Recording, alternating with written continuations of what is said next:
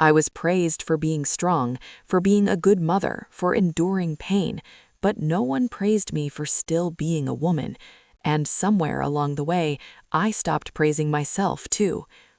I remember the first time I caught him not looking at me the way he used to. It wasn't dramatic, it wasn't cruel, it was subtle, a glance that didn't linger, a touch that didn't follow through. I told myself it meant nothing, but insecurity is patient. It waits, it collects moments like evidence. Now, when I think of the early days, I ache, not just because I miss them, but because I don't know if they belonged to me or to the version of me that existed before my body changed. I ask myself questions that leave bruises behind. Did he love me, or did he love who I was then? Would that same love exist if he met me like this? These thoughts feel disloyal, yet they come uninvited. They grow in the spaces where reassurance should live. When intimacy feels rare or cautious, my mind fills in the gaps with doubt. I start to believe that love didn't disappear, it simply relocated, attaching itself to memories instead of the present. I notice how I behave now, how I hesitate before touching him, afraid to be met with indifference, how I wait for him to initiate so I won't feel rejected if he doesn't, how I prepare myself for disappointment before giving myself permission to hope. This is not how love is supposed to feel. Love shouldn't make you smaller. There are nights when I lie awake beside him, listening to his breathing, wondering if he ever lies awake thinking of me the way he used to. I feel invisible in the same bed where I once felt desired. That kind of loneliness is sharp. It cuts because it exists in the presence of someone you love. I mourn the version of myself who never questioned her worth, who didn't equate love with youth or desire with perfection, who believed that giving her body to motherhood wouldn't cost her intimacy. I didn't know I would have to grieve her while still living my life. When love felt effortless, I didn't fear being replaced. I didn't imagine myself competing with younger bodies or untouched skin. I didn't worry that time and childbirth were quietly moving me out of favor. That fear came later, planted by distance and watered by silence. And now when I look back, the memories feel almost cruel. They remind me of what once existed and force me to confront how far away it feels now. Love that was once easy now feels fragile, like something I could lose if I ask for too much, need too much, or reveal too much of my fear. I still love him. That hasn't changed. But loving him now comes with an ache I never expected, the ache of wondering whether love is still mutual in the same way, whether desire still lives where devotion remains. When love felt effortless, I didn't question if my body was worthy of it. Now, every doubt I carry traces back to that loss, to the moment love stopped feeling safe and started feeling conditional. And that is the quiet heartbreak I live with. Loving someone deeply while mourning the ease with which I was once loved in return. Every pregnancy was announced with smiles, congratulations, and gentle hands resting on my growing belly. People called it a blessing, and it was. I loved my children before I ever held them. I felt their presence inside me like a promise, like purpose. Yet beneath the joy lived a fear I never spoke out loud. A fear that grew quietly alongside them. With every pregnancy, my body changed in ways I could not control. It stretched, swelled, softened. I watched myself disappear inch by inch, replaced by a version of me that felt unfamiliar and fragile. I told myself it was temporary. I told myself love would survive this. But fear doesn't disappear just because you ask it to. It waits. I remember lying awake at night, one hand on my belly, the other clutching my doubt. I was carrying life, yet mourning parts of myself I felt I was losing forever. I wondered if my husband saw the miracle I was creating, or only the ways my body was changing. I wondered if he understood that while my body was growing stronger in one way, my confidence was quietly breaking in another. He was kind, he was present, but something felt different each time. His touch became gentler, less certain. His desire seemed to pause, as if my pregnant body placed me in a category where attraction was replaced by responsibility. I told myself it was normal. I told myself I was overthinking, but deep down I felt the shift. Pregnancy made me visible to the world, yet invisible to myself. My body was praised, photographed, admired for what it could do, but not for what it was. I was celebrated as a mother in progress, not as a woman still worthy of desire. And somewhere in that transition, I began to believe that motherhood and attraction could not coexist. Each birth felt like a victory and a loss. I survived pain I didn't know I was capable of enduring. I brought life into the world. But when the weight came off unevenly, when my skin didn't tighten back, when scars remained as permanent reminders, fear settled in deeper. What if this was the point where love began to retreat? I watched my husband adapt easily to fatherhood, while I struggled to recognize myself. He moved forward, confident in his role, while I stood still, staring at a body that no longer felt like mine. I wanted reassurance, but asking felt like admitting weakness, so I stayed silent, letting fear speak for both of us. With every pregnancy, I wondered if I was slowly erasing the woman he once desired. I wondered if love had limits, if it could withstand repeated changes, repeated sacrifices. I worried that each child brought us closer as parents, but further apart as lovers. What hurt most was not what he said, but what he didn't. He didn't say he no longer wanted me, but he also didn't say he still did in the way I needed to hear. His affection felt redirected, his attention divided. I began to feel like my body was no longer a place of intimacy, but a reminder of obligation. I loved my children fiercely. That love never came with fear or doubt. But loving them didn't protect me from the quiet grief of losing myself. I carried life while feeling myself fade. I smiled for the world while questioning my worth in private. Pregnancy gave me purpose, but it also planted a question I couldn't escape. What is left of me when my body has given everything? And worse, will what is left still be enough for him? That question followed me through each trimester, each labor, each recovery. It lingered in the silence between us, in the distance I felt growing where closeness once lived. I wasn't afraid of becoming a mother. I was afraid of becoming replaceable. Pregnancy was a blessing, yes, but it was also the beginning of a fear I still carry. The fear that in giving life so completely, I might have quietly given away my place in his desire, and that love, once effortless, might now come with conditions I never agreed to.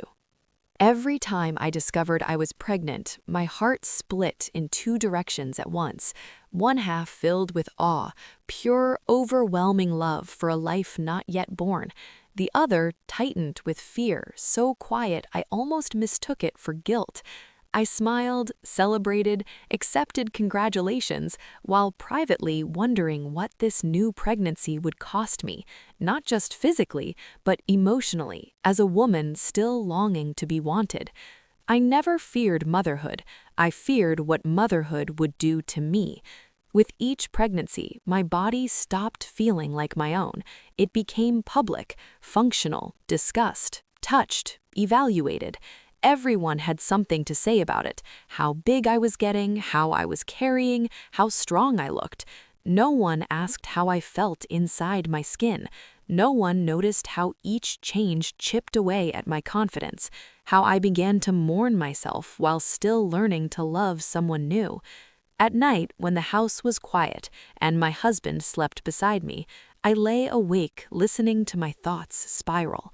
I pressed my palm against my growing belly, feeling movement, feeling life, and also feeling fear. I wondered if he still saw me or if he only saw the pregnancy.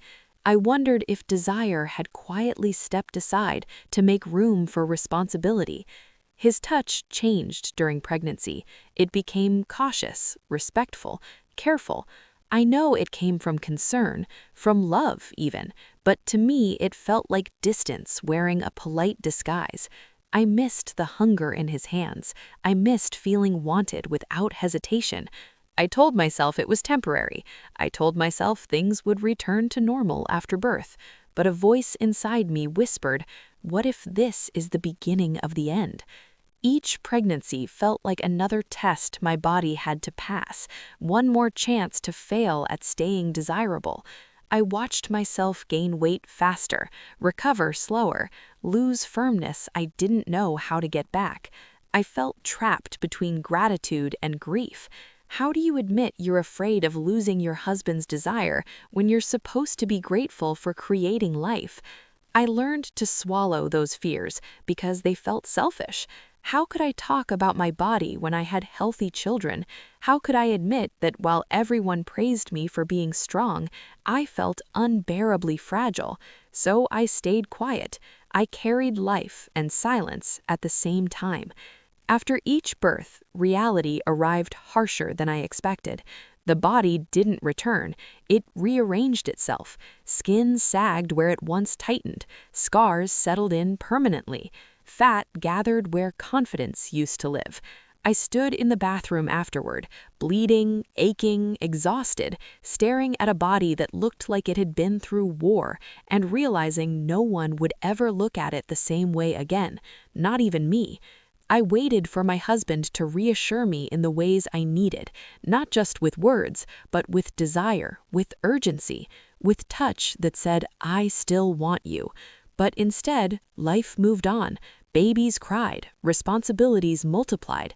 Intimacy became something postponed, then rescheduled, then quietly avoided. I felt myself drifting into a new role I never auditioned for, the mother who must not ask for too much, the woman who must accept less without complaint. My body had become evidence of duty, not desire. I started believing that my pregnancies had taken me out of the competition for his attention, that I was no longer the woman he chose, but the woman who remained. What hurt most was the loneliness of it. Pregnancy surrounded me with people, yet I felt emotionally abandoned. I was carrying his children, yet felt increasingly unsure of my place beside him as a woman. I wondered if he felt closer to me as a mother, but further apart as a lover, and I didn't know which loss frightened me more. With every pregnancy, I asked myself a question I hated for existing. Am I becoming too much and not enough at the same time? Too tired, too changed, too stretched, not young enough, not firm enough, not desirable enough. I loved my children with a depth that scared me, infinite, unquestioning, fierce.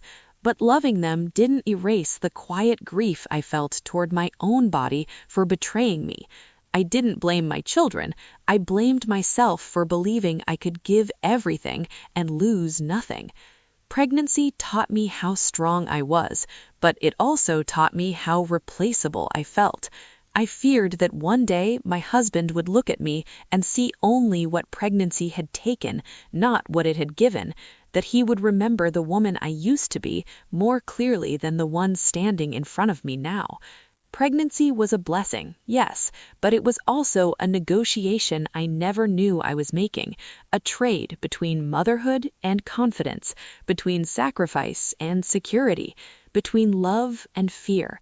And with every child I carried this unspoken terror alongside them, that in giving life so completely, I might be slowly losing my place, not in his family, but in his desire, and that love, once effortless, might now come with conditions I never agreed to. He tells me nothing is wrong. He says it casually, almost kindly, as if the question itself surprises him. Why would you even think that? His voice carries reassurance, but his body tells a different story. And it's his body, the distance, the pauses, the absence that I listen to now. Silence has become its own language between us. It lives in the spaces where conversation used to flow easily, where laughter once filled the room without effort. Now words feel careful, necessary, functional. We talk about the children, about schedules, about responsibilities. We talk around each other, never quite touching the thing that aches the most. I have learned to study him the way one studies weather, searching for signs, predicting storms. I notice how long it takes him to respond when I speak. I notice when his eyes drift elsewhere, when his hands stay still instead of reaching for me. I notice everything, because silence leaves too much room for imagination. He doesn't pull away dramatically, that would at least give shape to my fear. Instead, he withdraws quietly, slowly, in ways that are easy to deny and impossible to ignore. He doesn't reject me outright, he simply stops choosing me in the small, intimate ways that once made me feel secure. When he doesn't touch me, I tell myself he's tired. When he doesn't look at me, I tell myself he's distracted. When he turns away in bed, I tell myself it means nothing. But these explanations pile up until they feel heavier than the truth I'm afraid to face. Silence forces me inward. It makes me fill the gaps with my own insecurities. I replay moments over and over, wondering if I said the wrong thing, looked the wrong way, existed too loudly, or not enough. I question my body constantly. Is this where it began? Is this softness, these changes, the reason he hesitates now? I hate that silence makes me doubt myself more than I doubt him. I hate how it teaches me to assume blame. I stand in front of him, fully present, yet I feel unseen. That kind of invisibility is devastating. It tells you that you are no longer an answer to someone's desire, only a background presence in their life. At night, the silence feels louder. We lie side by side, our bodies close but disconnected. I can feel his warmth, yet I feel alone. I want him to pull me closer without me asking. I want to feel chosen without having to reach first. But he stays still, and I stay quiet, afraid that any movement will expose how much I need him. I wonder if he notices the way I hesitate now, the way I test the air before speaking, the way I wait for him to initiate everything, because rejection, even imagined, feels unbearable. Silence has trained me to be cautious with my love, to ration my vulnerability. Sometimes I imagine saying everything out loud, how lost I feel, how unwanted, how abandoned in ways that leave no visible mark. But silence has made me doubt my own experience. If nothing is wrong, then why do I feel like this? Maybe I'm exaggerating, maybe I'm too sensitive, maybe motherhood has made me fragile. But deep down, I know this pain didn't come from nowhere. Silence has a way of erasing you slowly. It convinces you that your needs are unreasonable, that your longing is inconvenient. It makes you feel like asking for reassurance is a burden. So I swallow my fears and call it strength, even as it hollows me out. I miss the sound of his desire, the unspoken certainty that I mattered, that my presence stirred something in him. Now all I hear is quiet, and in that quiet, my mind grows louder, crueler, more convinced that I have already been left behind emotionally, even if he still comes home every night. This is what abandonment feels like when no one leaves. Not anger, not cruelty, just silence, stretching between us, unanswered, slowly teaching me how to feel alone beside the man I love. He says nothing is wrong, and I almost wish he wouldn't. Those words feel like a door gently closing, not loudly enough to protest, not clearly enough to confront. Nothing is wrong sounds reasonable, comforting even, but it doesn't match the life we're living inside our home. It doesn't explain the distance that sits between us, like an uninvited guest we've both learned not to acknowledge. Silence has crept into our marriage slowly, so quietly that I didn't notice it at first. It arrived disguised as exhaustion, as responsibility, as adulthood. We were busy, we were parents, life was full, And yet, somewhere along the way, conversation stopped reaching the places it used to. Words became practical, necessary, safe. We talk, and he listens, but I don't always feel heard. I speak, and he responds, but not in ways that settle me. His answers feel careful, clipped, as if he's already somewhere else. When I finish a sentence, there is a pause, just long enough to make me wonder if I said too much, or too little, or something wrong.